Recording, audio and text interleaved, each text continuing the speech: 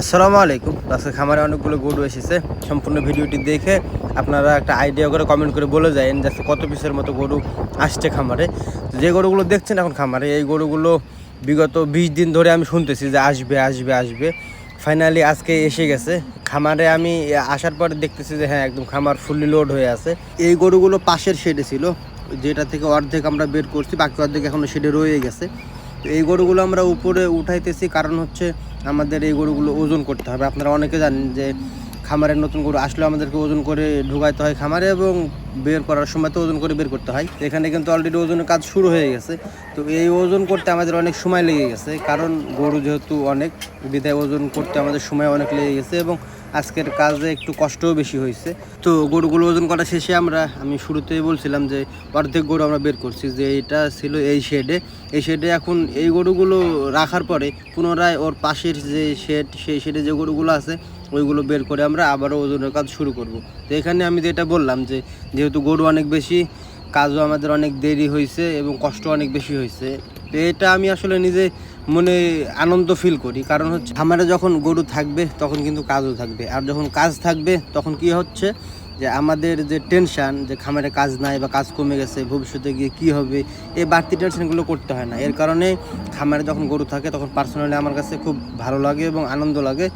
আর যখন গরু খামারে কম থাকে তখন সত্যি কথা বলতেছি ভাই, এত পরিমাণে বেশি টেনশন হয় যে খামারে গরু নাই, কবে জানি কোম্পানি বন্ধ করে ফেলে, বন্ধ হয়ে যায়, কবে জানি বলে আমাদেরকে যে দেশে চলে যা।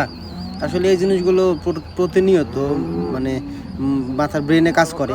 আপনারা অনেকে জানেন বা দেখেন আমার ভিডিও, আপনারা তুলনামূলক খামারে কত গরু কম, যেখানে অ্যাভারেজে 700, 800, 900 পিস গরু থাকেই খামারে, সেখানে প্রতিনিয়ত 50 পিস, 40 পিস, 60 পিস এরকম করে গরু আসতেছে এবং চলে যাচ্ছে। মানে স্টক যে থাকবে খামারে সেই প্রসেসটা হয় না, মানে যেটা আসে সেটা আবার চলে যায়।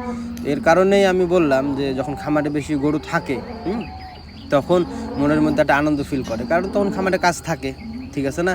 আর কাজ যদি না থাকে তাহলে তো মনের মধ্যে এই প্রবাসের মাটিতে ভয় থাকাটাই স্বাভাবিক মনের মধ্যে। এটাই হচ্ছে মূল বিষয়। তো এই গরুগুলো আবারও আমরা বের করছি, কারণ এই বাকি গরুগুলো ওজন করব।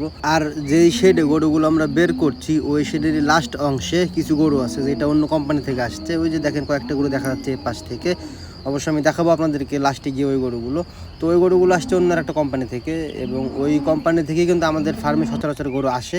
আর শুরু থেকে যে গরুগুলো দেখছেন আপনারা, এই গরুগুলো আসছে অন্য একটা কোম্পানি থেকে। সাধারণত এই কোম্পানি থেকে আমাদের ফার্মে বৎসরে 3 থেকে 4 বার গরু এসে থাকে। আসলে কারণটা কি বা কি কারণে এই ফার্ম থেকে বা ওই কোম্পানি থেকে আমাদের ফার্মে গরু সচরাচর আসে না সঠিক আমার জানা নাই। তবে যে গরুগুলো আসে আমাদের ফার্মে সচরাচর, ওইগুলো যেই দুধের কোম্পানি থেকে আসে, সেটা হচ্ছে সৌদি আরব আলমারাই যে কোম্পানি আছে সেইখান থেকে। আপনারা যারা সৌদি আরবে আছেন তারা জানেন যে আলমারাই কোম্পানি কত বড় একটা কোম্পানি। আর যে গরুগুলো ওজন করার কাজ দেখাইলাম শুরু থেকে এখন পর্যন্ত, ওইগুলো আসছে সৌদি আরবে যে নাদেক কোম্পানি আছে দুধের কোম্পানি, সেইখান থেকে আসছে। তো আপনারা যারা সৌদি আরবে আছেন তারা অবশ্যই বিষয়টা বুঝতে পারবেন। তো এখানে আমাদের ওজন করার কাজ শেষ, এখন গরুগুলো পুনরায় আমরা শেডে রাখি দিব, এবং এই গরুগুলো দেখা যাচ্ছে বিকালের টাইমে গিয়ে আমরা সাইজ করব, বিভিন্ন সাইজের উপর ভিত্তি করে আলাদা আলাদা ভাগে বিভক্ত করব। তো চলেন আপনাদেরকে যেহেতু কথা দিয়েছি দেখাই যে যে গরুগুলো আসে সচরাচর আমাদের ফার্মে আলমারাই কোম্পানি থেকে, সেই গরুগুলো এগুলোই হচ্ছে সেই গরু যেগুলো আলমারাই কোম্পানি থেকে আসছে। ভিডিওটি কেমন ছিল কমেন্ট করে জানাই। আজকের মতো আল্লাহ হাফেজ।